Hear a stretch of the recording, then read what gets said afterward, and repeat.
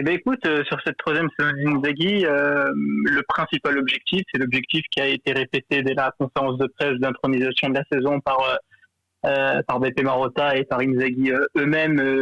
Ça a été poursuivi aussi par les joueurs qui l'ont répété dès leur première conférence de presse. Et c'est la réponse aussi que Inzaghi donne à presque chaque match depuis le début de saison. C'est évidemment le Scudetto. C'est un objectif qui lui manque dans sa carrière. On sait qu'il est passé très près de ce Scudetto, on va dire, avec quand il était à la Lazio en 2020, lors de la saison qui a été coupée par le Covid. Malheureusement, son équipe n'a pas tenu et la Juve a été championne.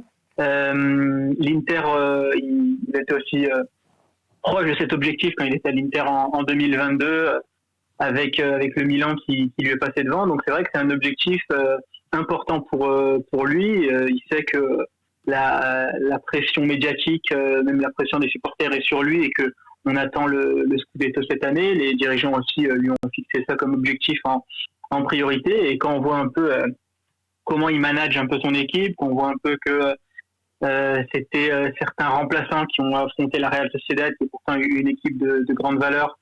On sent que voilà, il mise un peu tout sur Scudetto. Donc là, clairement, Inzaghi mise tout sur son Scudetto. Il veut aussi apparaître, on va dire, dignement dans l'équipe européenne, notamment en Ligue des Champions, essayer d'au moins, on va dire, évidemment, passer les coupes, évidemment, mais au moins essayer d'atteindre les quarts de finale si possible.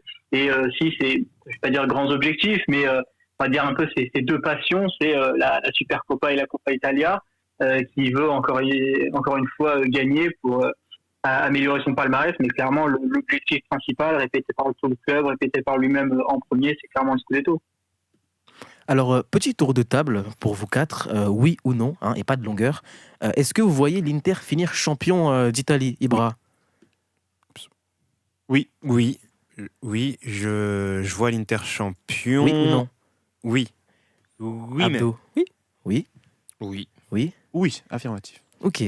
Toi, Crimo, est-ce que tu penses que l'Inter peut finir champion d'Italie ? Eh bien, écoute, il y a quelque chose que je trouve qu'il n'y avait pas sur les dernières saisons, c'est un effectif peut-être plus large, avec plus de qualité. Alors c'est vrai qu'Inzaghi, je pense qu'on en parlera peut-être après, mais des fois quelques fixettes qui j'espère ne seront pas problématiques pour la lutte au Scudetto. Mais oui, là il y a l'effectif clairement pour. Quand tu peux te permettre de ne pas faire jouer un Barella contre Empoli et faire titulariser un Fratesi qui l'a bien rendu. Quand sur les côtés, tu as un Cuadrado, Carlos Augusto, même si Cuadrado est blessé.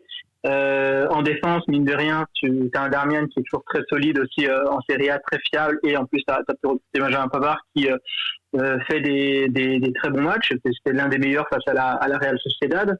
Le seul peut-être bémol, entre guillemets, c'est en attaque, où certes, tu as deux titulaires qui, pour le moment, commencent très bien leur saison, mais en remplaçant, là on va dire c'est plus light parce que tu as Arnautovic qui et en plus là c'est pété jusqu'à à peu près mi-novembre, fin novembre, donc tu vas jouer avec deux numéros 9 pendant plus d'un mois et demi, ça va être difficile aussi à gérer. Et tu as Alexis Sanchez qui même s'il s'est pas blessé, on va dire, à l'Olympique de Marseille, à l'Inter a connu quelques blessures et surtout voilà, c'est un contrat très court d'une année et on ne sait pas un peu les performances qu'il peut avoir à la longue. Pour le moment on fait un bon début, donc à part l'attaque, mine de rien, on a un effectif assez dense et c'est vraiment ce qui nous manquait l'année dernière. Et le truc aussi que je vois un peu mieux, notamment ce match contre Empoli, qui pour moi était le match que j'avais le plus envie de voir sur ce mois de septembre, parce que on a déjà gagné des derbies, en Ligue des Champions, on a déjà fait bonne figure et autres. Donc ça, j'étais pas entre guillemets surpris quand j'ai vu les matchs qu'on a fait face à Milan ou la Sociedad.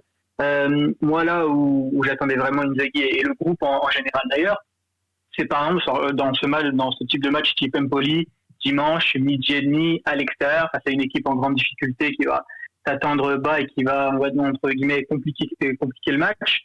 On a bien répondu dans le résultat et mine de rien aussi dans la manière avec cette victoire 1-0.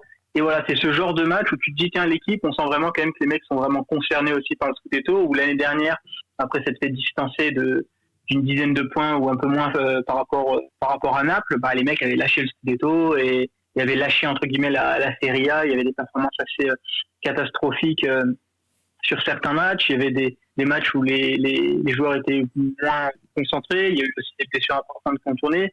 Là, pour le moment, je ressens un groupe qui veut converger, qui veut prendre le 20e Scudetto avant le Milan. Et ça va être un objectif, ça va être une chose vraiment importante pour cette saison où, mine de rien, contrairement à ce que disent les journaux en Italie, il n'y aura pas que l'Inter qui vient pour le Scudetto. Tu as aussi 2 autres équipes derrière toi au minimum qui vont aussi essayer de te le chercher, que sont la Juve et le Milan. Donc il faut rester concentré, mais en tout cas, l'effectif y est au moins. Toi, Imran, par rapport à Inzaghi, selon toi, qu'est-ce qui manquerait pour qu'Inzaghi mène l'Inter vers les sommets ? Est-ce que c'est un potentiel rachat, comme on peut l'entendre incessamment ces dernières semaines et ces derniers mois, ou et même, est-ce que c'est vraiment l'homme de la situation pour l'Inter ? Alors, l'homme de la situation, je pense que oui.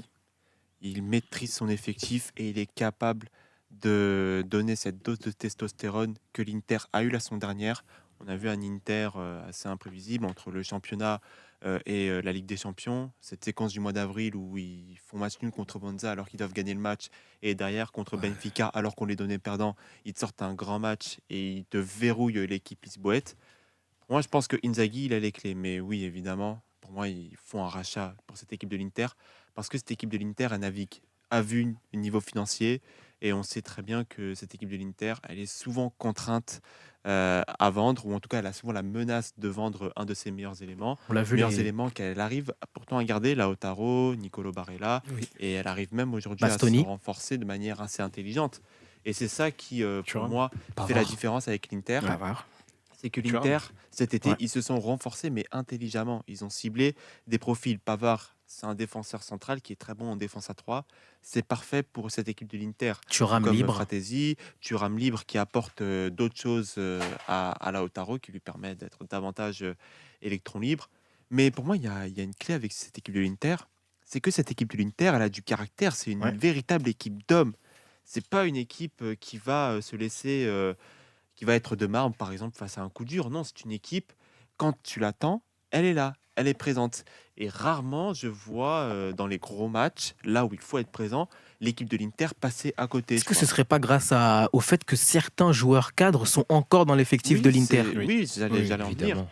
Évidemment, quand tu réussis à garder Barella, quand tu réussis à garder Bastoni, mais que aussi tu arrives à renforcer intelligemment cette équipe avec des hommes, avec des vrais joueurs qui ont du caractère, bah forcément, ça te donne une équipe qui a de la personnalité et qui est capable de encaisser les coups, mais au final, en un seul coup, elle va te rendre tous les coups que tu as encaissés et au final te mettre le but. Par exemple, face à Milan, je me rappelle le 2e but de Thuram, ça part d'une séquence où Milan a la possession, où Milan est dans le camp de l'Inter. Au final, l'Inter récupère le ballon, mais surtout l'Inter Va très vite. c'est devant. Très vite. C'est pas question d'aller très vite, c'est ils savent quoi faire avec le ballon. Et ils ne se posent pas de questions. Le Milan s'est posé des questions devant la surface et même dans la surface de l'Inter. L'Inter ne s'est absolument pas posé de questions. On envoie Thuram, bim bam boum, et on n'a pas peur de tirer. Lors de ce derby, les Milanais, dans la position où était Thuram, ils avaient peur de tirer. Et bien Thuram, lui, n'a pas peur de tirer. C'est ça qui fait la différence. Toi, Abdo, par rapport à l'Inter, en cas de potentiel rachat, est-ce que là, l'Inter pourrait devenir la locomotive de la Serie A, ou est-ce qu'il y aurait toujours l'AC Milan à côté ? Je leur souhaite déjà, parce que ce serait vraiment beau déjà pour eux. Et puis surtout, une Italie compétitive en club, c'est une Italie qui passe par un Inter en forme. On l'a vu sur les années 2000 notamment, dans les années 90 aussi. Je trouve l'Inter a alterné le bon et le moins bon. Mais dans l'ensemble, sur ces 2 décennies-là, là où c'était un petit peu le sommet de la Serie A, l'Inter quand même était un très gros client, que ce soit en C3, un peu moins en C1 du coup, même s'il y a eu 2010. Mais voilà, en Serie A aussi, il y a eu cette période où ils enchaînent les Scudetto aussi, notamment entre 2006 et 2010. Donc voilà, la santé sportive du football de club italien passe par la santé sportive de l'Inter. Un rachat, ce serait une excellente chose parce que certes, l'Inter est un peu ric-rac sur les derniers mercato, mais ils arrivent à être malins. Mais ce serait cool de retrouver l'Inter avec une bonne santé financière déjà, avec de quoi pouvoir investir, revoir l'Inter de nouveau attractif, surtout qu'ils en auront besoin puisqu'ils vont construire leur nouveau stade. Ouais. Après, à voir comment ils vont gérer leur avenir post-nouveau stade. Parce qu'en général, quand tu achètes un nouveau stade ou que tu fais des travaux de très très grande envergure, eh ben, ça correspond à une petite période de résultats pour ton club. Et les exemples ne manquent pas. Donc, c'est vrai un rachat saoudien, on parle d'un rachat saoudien, ce serait vraiment cool pour eux et possiblement un rachat dans la même veine, pourquoi pas du PSG ou même de Newcastle ou Manchester City, mais quelque chose qui leur permettrait d'avoir quand même des ambitions et d'avoir une manne financière suffisamment conséquente pour assumer les ambitions sportives que celles que devraient être celles de l'Inter en tout cas. Crimo, pour la dernière question que je vais te poser, par rapport aux problèmes financiers qu'a subi le club italien, comment l'Italien Inzaghi a réussi à conserver une certaine ossature avec l'Inter, dans le sens où les Noirs et Bleus sont toujours restés compétitifs, que ce soit en championnat ou en Europe? Bah, la première, alors non, on va mettre les deux plutôt. Les deux raisons principales de cette compétitivité, on va dire, maintenue au fur et à mesure des années, malgré les différents départs, Hakimi, Lukaku et consorts. C'est clairement Beppe Marotta et Piero Ausilio qui, d'un côté, Marotta est l'administrateur, on va dire, du club, un rôle, on va dire, global, une sorte de président visible, on va dire ça, une sorte de président exécutif pour on va dire, dans le langage en France. Et on a Piero Ausilio qui est dans le club, ça fera une décennie dans quelques mois, mine de rien, hein, parce que il est arrivé en 2014. Donc, tu as pu bâtir un travail de continuité une fois quand tu as pris Marotta à la Juve en 2018. Et c'est un peu le maître mot de Marotta depuis la crise Covid. C'est avoir de l'inventivité, avoir de l'imagination quand on approche le mercato. Et c'est pour ça qu'il y a pas mal de coups aussi libres qui ont été faits et qui, mine de rien, ont marché. Tu as Nougou qui, quand même, mine de rien, a une réussite malgré ce que certains peuvent en dire. Tu prends Onana, tu le revends 52 millions d'euros, donc ça a été une réussite sportive et financière. Et ensuite, on sait que Marotta, c'est vrai qu'Ausilio va peut-être chercher dans d'autres pays par rapport à ça, mais on sait que Marotta a la fibre italienne. C'est pour ça que cette année, il a pu, on va dire, être déjà un peu plus libre financièrement parce qu'il y a eu la finale Ligue des Champions et toutes les retombées économiques qu'il a pu avoir. Et il a, on va dire, un peu italianisé l'Inter. Alors évidemment, c'est pas l'ADN du club et je suis le premier à le dire. Maintenant, voilà, c'est devant nous, c'est là, donc il faut faire avec. Et puis si on gagne comme ça, sans sacrifier vraiment l'ADN, il n'y a pas non plus 40 Italiens dans l'équipe comme ça. Mais voilà, il a fait des bons coups. On sait aussi que ça marche avec les relations. C'est vrai qu'il a des bonnes relations, on va dire, avec à peu près la grande majorité des dirigeants du football. Le Bayern notamment, même s'il n'a pas été top sur le cas Sommer, mais avec le Bayern, il y a de bonnes relations, notamment aussi les relations avec Carnevali à Sassuolo pour faciliter les conditions d'achat. Donc en fait, voilà, c'est surtout ces deux hommes-là qui ont tenu un peu le bateau quand la crise Covid est arrivée, en sacrifiant quand il fallait sacrifier. Voilà, quand à un moment donné, bon, Hakimi, comme on a dit, c'était nécessaire pour la survie du club, mais quand Chelsea est venu toquer à la porte et a demandé le prix de Lukaku, Marotta a fixé un prix, ils ont voulu payer, vas-y. Donc c'est un peu d'ailleurs ce que j'allais dire le diktat de Marotta, où même quand il était à la Juve, il a jamais retenu un joueur qui voulait partir. Quand un joueur veut partir, tout ce qui entre guillemets demande, c'est d'en tirer un bon prix. Voilà, si Pogba tu veux partir, tu pars, mais à un bon prix.